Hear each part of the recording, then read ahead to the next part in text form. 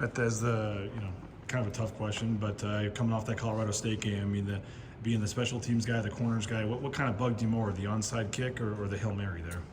I mean, they both suck. I mean, there was probably 25 things. If we do one of them right, we win the game. So they all hurt, and you got 2 weeks to think about all of them.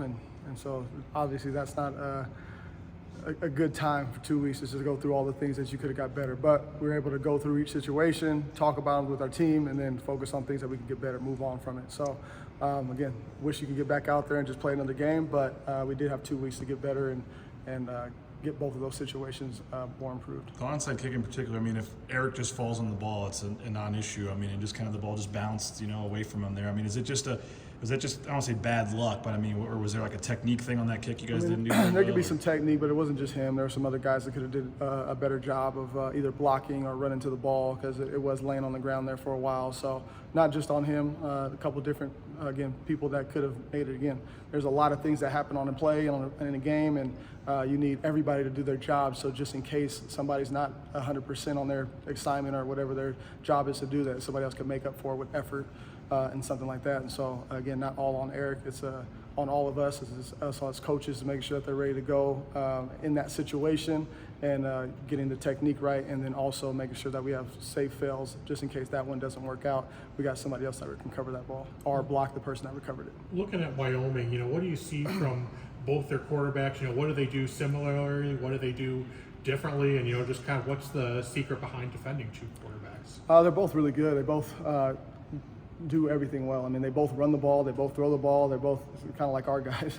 It's hard to defend them because they can do both things. I think 17 is a little bit bigger, and so he can run downhill a little bit more powerful than 6, but they both are capable of doing both. And when you got two quarterbacks in the system nowadays, I'm sure you want to keep those guys going and making sure you're using your full roster. And so it'll be hard to notice when those guys are in and what they can do, because you can't just go all out on the run when 17 goes in there, because he can sling it. And when 6 is in there, he's been the main guy, and he's done a really good job of being efficient, one of the most efficient quarterbacks in the country. So got to do a good job with both of them. Does going up against your offense kind of prepare you for, the versatility you will see? Your offense does everything. So it's, they run triple option, they run drop back pass, they run screens. So going against our offense every day gets us prepared for a lot of different things. And so it definitely will help us going into this week. Looking at the numbers, Peasley number 6 has got a lot more of everything as far as, so when do they use Swoboda? What's the situation? It's not a 50-50 split, I don't think. It changed. Earlier on, they were using them more. Later, it's been more situational stuff. But again, they know that, we know that, so they know we know that, so we can't just go ahead and say, all right, this is what they're doing in this situation. They know we watch film, they're gonna be ready and for their tendencies and try to change them up. So they've had 2 weeks to prepare, and so we just gotta, again, play it honest and make sure that we're ready when he comes in the game. You've been a head coach, you've been in byes. Crazy things come out of a bye week on either side? Yeah. But at the end of the day, we spent most of our time making sure that we got things corrected.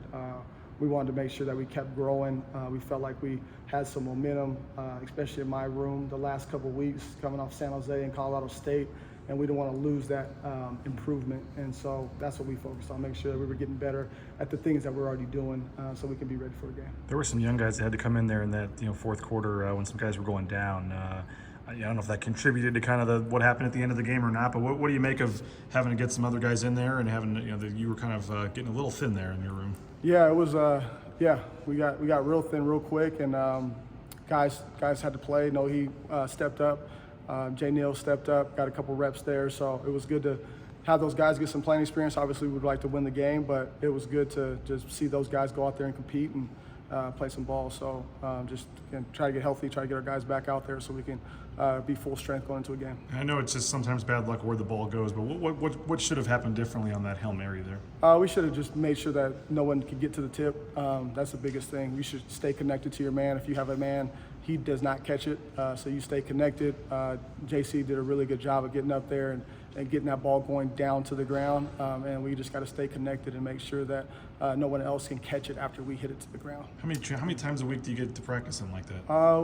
We've done it once a week this whole season. Earlier in camp, we probably did it 2 or 3 times a week. So I mean, Once a week, as in like 1 rep, or I mean, We get 2 reps a week, and then Okay. this week we practice all types of situations. So we ended up getting some more situations, making sure that we were detailed on how we're supposed to finish that play. But yeah, Well, let's say in that play that you decided you wanted a pass interfere as opposed to, what would the penalty be, 15 yards? 15 yards, yeah. Okay. Well, if it's in the end And zone, so that's what I'm wondering. Yeah, if it's Is in it- the end would they zone, put it at the 2 and they make it a could put up 30-yard two, yeah. penalty? They would. Yeah, so that's Okay. by definition. Now, I don't think I've ever seen that, but by definition, if it's a That's pass what I interference kinda in the thought. end zone, it'd be on the 2. you mentioned the momentum for your group, but defensively as a whole, you guys had the shutout second half against San Jose. You had first half against Colorado State, and the finish kind of changed things. But overall, do you feel like defensively you guys are figuring some things out? Yeah, we're going to continue to work to get better, and that's all you can do. Work your butt off. Make sure your guys are understanding what we're trying to do, why we're doing it, and make sure the techniques are as good as they can be. So we got 5 games left, and we're going to take it one day at a time and see how this thing finishes up. And our guys are excited to try to go 1-0 every day, and we got a couple more days before we actually get on the field and try to go 1-0.